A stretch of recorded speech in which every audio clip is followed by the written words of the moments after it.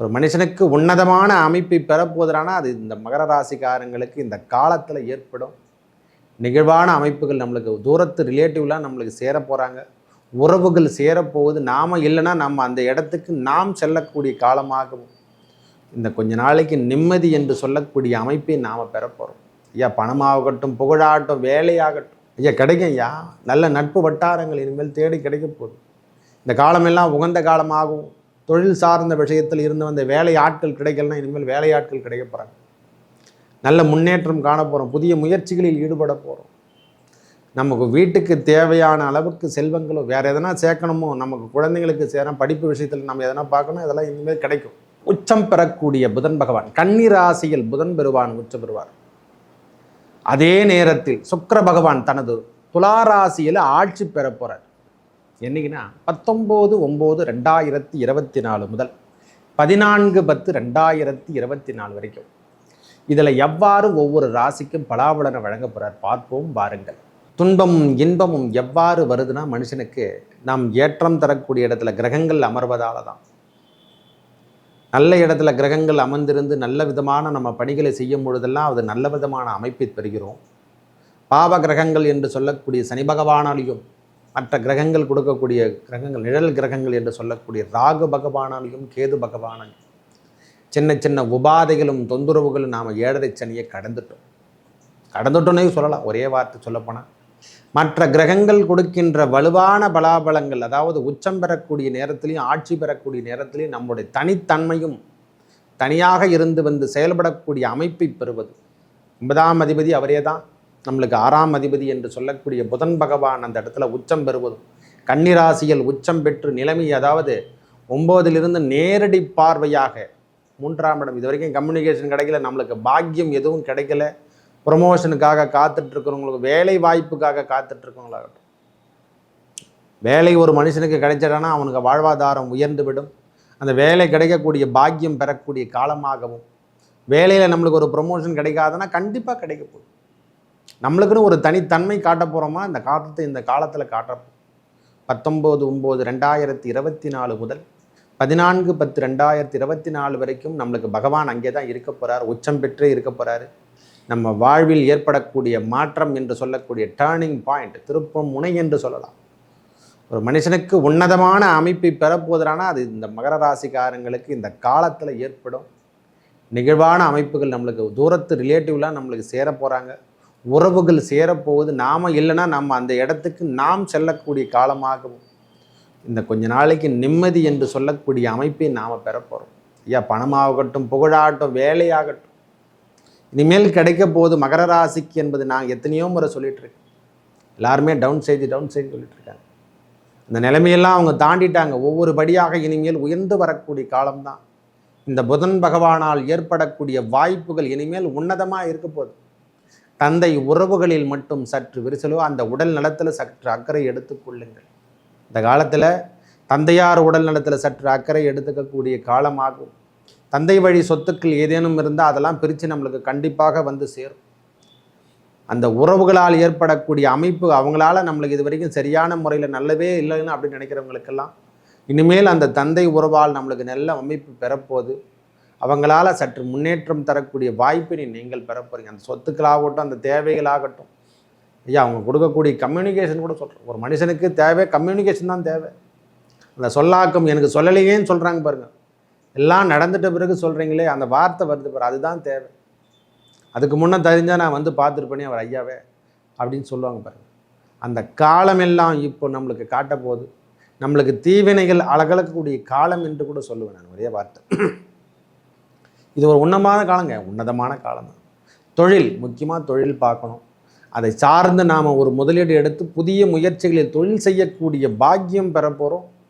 இந்த 9ஆம் அதிபதி ஆட்சி பெறக்கூடிய காலத்தில் சுக்கிர பகவானும் ஆட்சி பெறுறார். அந்த நேரத்தில் புதன் பகவானும் ஆட்சி பெற்று உச்சம் பெறுவதும் நம்மளுக்கு வாழ்வாதாரம் எல்லாமே உயர்த்தி காணப்படுறார்.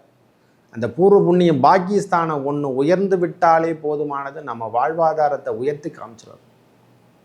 அந்த ஆட்சிநாதனே ஆட்சி பெறுவது என்பது பெரிய உயர்வினை தரும், செல்வங்கள் சேரும் என்று கூட சொல்வேன். நீங்கள் என்னென்ன தேவை வச்சுருக்கீங்க, நம்ம வீட்டுக்கு என்னென்ன தேவைகள் வாங்கணுமோ அந்த தேவையெல்லாம் நிவர்த்தி அடையும்.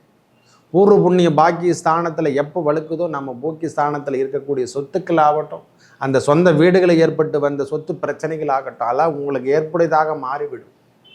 இந்த முறை நல்ல அமைப்போடு உனக்கு கிரகங்கள் அமர்ந்திருக்குது ஐயா, பயப்படணும் அவசியம் இல்லை. சனி பகவான் ஒருவர் மட்டும்தான் தொந்தரவு தரக்கூடிய இடத்துல இருந்தால் மற்ற கிரகங்கள் கொடுக்கக்கூடிய வலுவெல்லாம் பெரிய லெவலில் இருக்குது. அதனால் பிரச்சனைகளை வெடுத்து நீங்கள் வாங்க தான் போகிறீங்க. வெளியே வந்துடுவீங்க, ஃப்ரீயாக வெளியே வருவீங்க. மனதில் ஏற்பட்டு வந்த வேலையாகட்டும், தொழிலாகட்டும், எதுவாக இருப்பினும் சொந்த தொழில் நீங்கள் ஒன்று செய்ய போகிறீங்க ஐயா.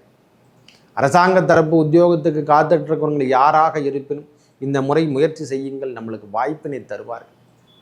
கண்டிப்பாக வாய்ப்பினை கிடைக்கும். அந்த வாய்ப்பெலாம் அரசு தரப்பில் எதனா வேலைகளை நின்று போயிருந்தனா, பட்டா சார்ந்த விஷயங்களோ வேலை சார்ந்த விஷயத்தில் நம்ம கல்விக்காக கொடுத்த சர்டிஃபிகேட் வரலன்னு நினைக்கிறவங்களுக்கெல்லாம் இது ஒரு முன் உதாரணமாக இருக்குது. பேப்பர் ஒர்க்கு எல்லாமே இருக்கும். கோர்ட்டில் வேலை செய்கிறவங்களுக்கு கோர்ட்டு கேஸு எதனா இருந்தால், கோர்ட்டு கேஸ் எதனா வம்பு வழக்குகள் ஏதேனும் தான் அதிலிருந்து விடுதலையாகி வருவதை நீங்கள் கண்கூடாக பார்க்கலாம்.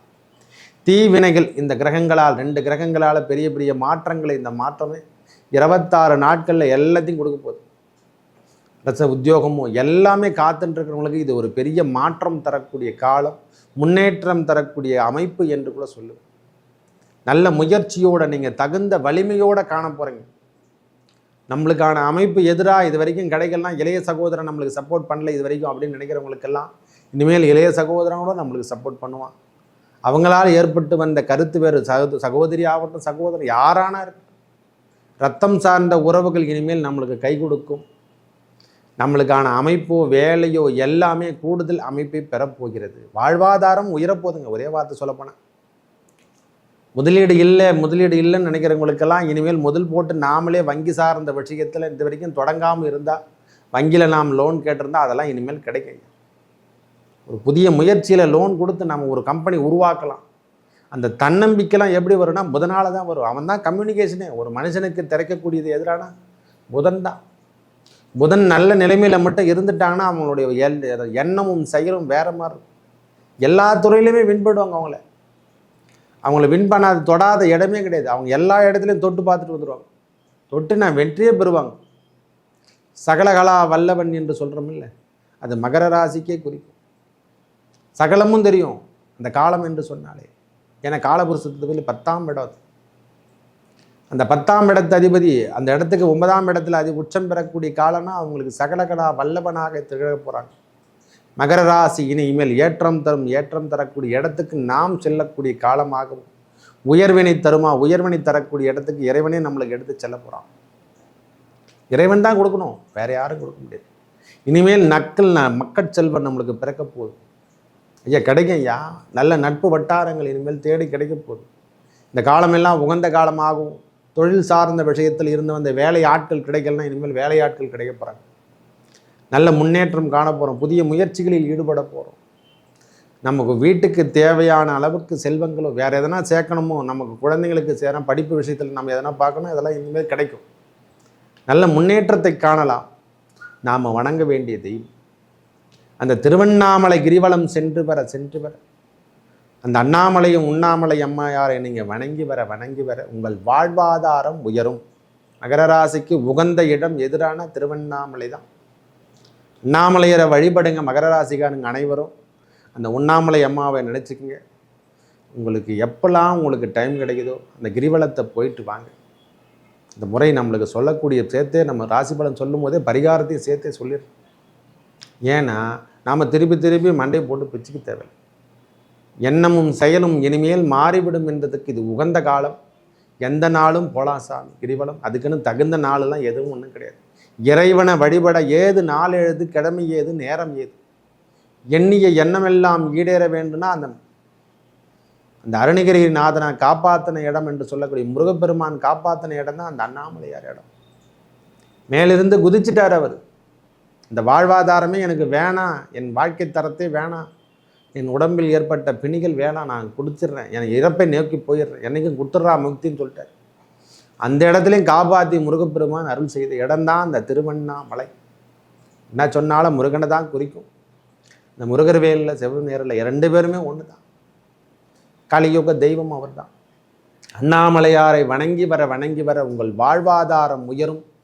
கிரிவலம் சென்று வாருங்கள். மாதத்தில் வருகின்ற 2 அமாவாசை ஆகட்டும், கிருத்திகை ஆகட்டும், பௌர்ணமி ஆகட்டும், எந்த நாள்லையும் நாம் வழிபடலாம். நம்மளுக்கு டைம் இருந்தால் நம்ம வேலையை விட்டுட்டு நம்ம போகலாம். கிரிவலம் என்பதை விட ஆலயத்துக்கு செல்வது சாலமும் சிறந்தது.